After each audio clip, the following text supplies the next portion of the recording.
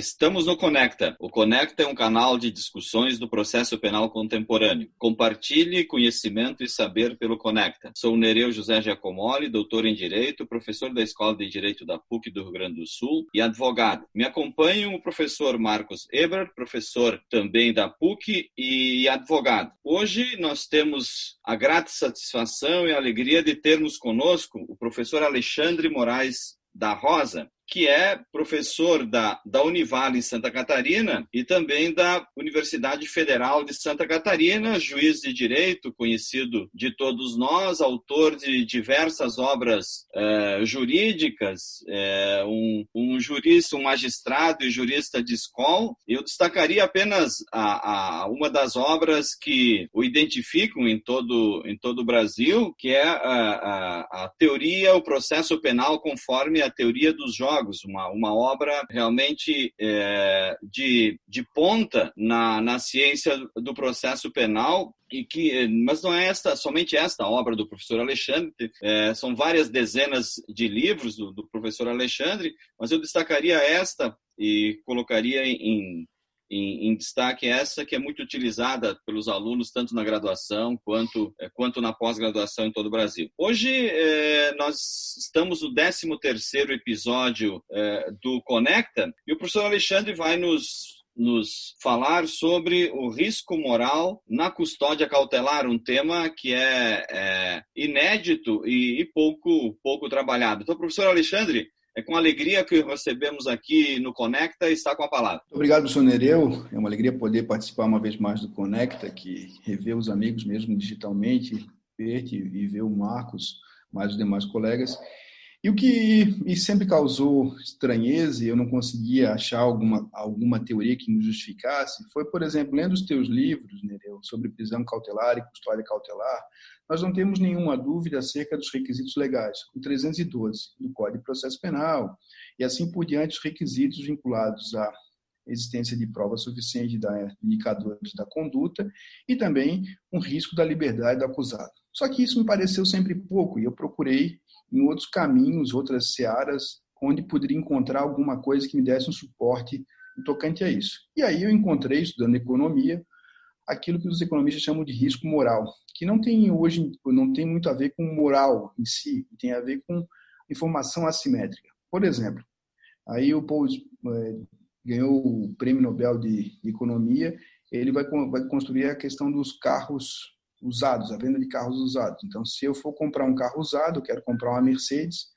aí eu vou comprar uma Mercedes, eu vou lá na concessionária, o vendedor vai me falar maravilhas sobre o carro e eu vou ter uma dúvida em relação ao conteúdo do carro. De outro lado, se eu for comprar um carro do Nereu, que tinha uma Mercedes, e eu comprar dele, ele vai poder me afiançar, e o fato de eu ter a amizade com ele, dele me dar indicadores probatórios para usar aí a nossa gramática, se der inferências probatórias epistêmicas que possam garantir a fonte do carro, talvez ele consiga vender mais do que se ele vendesse na concessionária. O que faz com que o mesmo veículo tenha preços diferentes a partir das informações que eu tenho sobre ele. E essas informações que eu tenho sobre ele são aquilo que muitas vezes, levando para a custódia cautelar, nós que trabalhamos como juiz, o Nereu, o Marcos como advogado, é a dúvida que o juiz tem em relação ao futuro, em relação ao comportamento que virá. O futuro é desconhecido por definição. E aí, juntando um pouco de análise comportamental e isso que a gente denomina de custo da informação assimétrica, afinal de contas, o juiz não sabe se o acusado se comportará em conformidade com a regra, se ele irá fugir, se ele irá produzir provas, se ele vai, de alguma maneira, violar as regras do 312. E aí ele tem 3 possibilidades de comportamento em relação ao risco. O primeiro deles é ter aversão ao risco. A segunda é ter como a gente chama de amante ao risco, ser adepto ao risco. O terceiro é uma indiferença em relação a isso. Só que se acrescenta ainda na minha análise do livro, um artigo que vai sair meu do Tiago Vieira, lá de Salvador, a discussão em relação ao risco hoje que opera no fato de o juiz conceder uma liminar, uma liberdade e ser esculachado na mídia e de ser esculachado pelos seus pares. Então, agrega-se isso um custo decorrente da liberdade. A partir desses indicadores, O que nós pretendemos mostrar é que, para além da questão normativa do 312 e dos requisitos para a custódia cautelar, soma-se na audiência de custódia a necessidade de construção de indicadores que possam diminuir o risco do julgador. Nos livros de economia se conta a seguinte história, e aí pode ser mais interessante a metáfora. O Marcos, por exemplo, está dando aula na graduação e um aluno chega no último semestre e diz: professor, a prova do senhor está marcada para o dia 8 de dezembro, mas eu vou viajar com a minha família para a Europa e eu queria fazer a prova antes. O senhor poderia me dar uma prova antes? O Marcos teria que fazer duas situações. Ou ele faz uma prova diferente para esse aluno e o trata de maneira diversa, ou ele dá a prova para o aluno, a mesma prova que ele fez para a turma inteira, e ele acerta com o aluno que o aluno não vai contar para a turma inteira qual é o conteúdo da prova. Só que o risco do aluno contar é maior do que um. Então, ele tende a não aceitar esse pedido do autor. E é justamente nessa análise comportamental, nessa análise econômica de custo-benefício, que eu pretendo que a gente construiu um artigo para mostrar como essa categoria do risco moral ela deve ser levada a sério na custódia cautelar, porque ela implica na necessidade dos advogados cada vez mais, nesse momento, construir indicadores documentais, indicadores que não fiquem no blá, blá, blá ou na gritaria pela presunção de inocência. Porque por mais que nós tenhamos isso do ponto de vista normativo, as inferências e os indicadores que possam utilizar ou dar mais tranquilidade para o juiz aumentam. E nesse contexto você tem três por assim dizer, modelos. O modelo do juiz que é o mais avesso ao risco, e esse é o que tende a deixar preso, porque afinal de contas é o padrão. Raramente aqueles que têm uma preocupação com a reputação vão se incomodar com a colocação em liberdade, ou seja, ele tende a não apanhar, diferentemente daqueles que sabem que, ao conceder a liberdade, vão apanhar. Então, a inserção desse novo coeficiente, dessa nova categoria, pode ser uma chave para compreender tanta aversão ao risco e tanta liberdade ceifada em nome da custódia cautelar. Era mais ou menos isso. Sem dúvida, Alexandre, essa colocação ela é muito pertinente, principalmente no momento em que a gente está passando no Brasil, em que eu lembro aqui um artigo da professora Janaína Matida, no Conjur, na semana passada, sobre como estão aparecendo as decisões em relação às cautelares, em relação à preventiva, por exemplo, e, evidentemente, que em relação à audiência de custódia não foge a essa mesma realidade, no sentido de que o Covid e tudo que está ao redor do Covid, ou seja, tudo que implica isso, ou seja, pergunta sobre aquela casa carcerária, tem alguma pessoa infectada? Aquela casa carcerária, quantas pessoas presas além da capacidade? Mais do que isso, essa pessoa que está respondendo o processo, está aqui com pedido cautelar, seja lá na audiência de custódia, seja na instrução do processo, essa pessoa tem mais de 60 anos, essa pessoa é idosa, essa pessoa tem alguma doença crônica.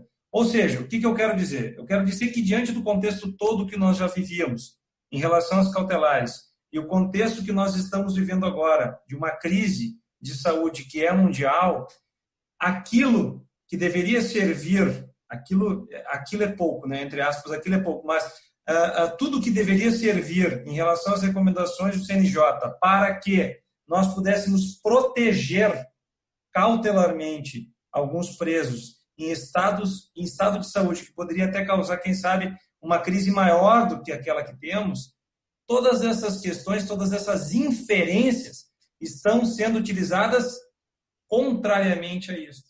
Ou seja, nós temos, na verdade, um aumento da manutenção de prisões por conta de todos esses fenômenos e por conta de toda essa complexidade que tu estás colocando agora, e muito bem colocado, aliás, didaticamente, como de costume. Professor Nereu. Quando o professor Alexandre passou o tema, eu me lembrei de um episódio em que nós estávamos julgando no tribunal um habeas corpus.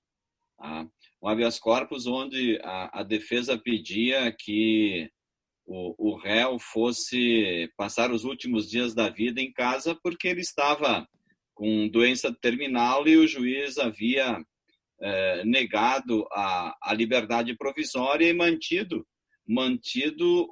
a prisão preventiva, dizendo que persistiam os motivos pelos quais ele devia estar no presídio. Não havia uma situação que modificasse os requisitos da prisão preventiva. Isso é, no aspecto normativo, não precisava mexer realmente, né? Claro que isso aí, se nós fôssemos analisar a necessidade da prisão, etc. Então, e diante do parecer que, pelo indeferimento do habeas corpus, eu fiz questão de, na própria sessão, ler a petição inicial e ler o laudo médico e o parecer dado. Tá?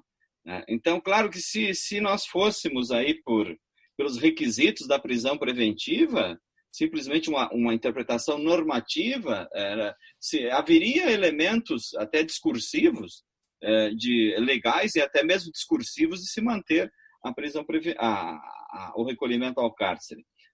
O que se observa, como o Alexandre falou, é realmente isso. No momento de se decretar a prisão preventiva, não se vai analisar se existe possibilidade, quais são as possibilidades desse réu vir a ser condenado pelo que se tem diante daquele momento. Quais possibilidades de vir a ser condenado? Senão estou decretando a prisão com uma pena processual, mas na realidade é uma pena mais certa que a própria pena definitiva, né?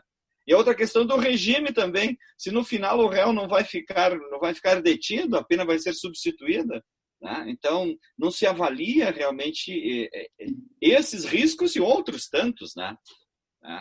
Então, assim, para aproveitar essas duas falas do Marcos e do Nereu, a questão que passa por aqui é que a gente sai um pouco do aspecto meramente normativo e vai buscar entender o sujeito, né?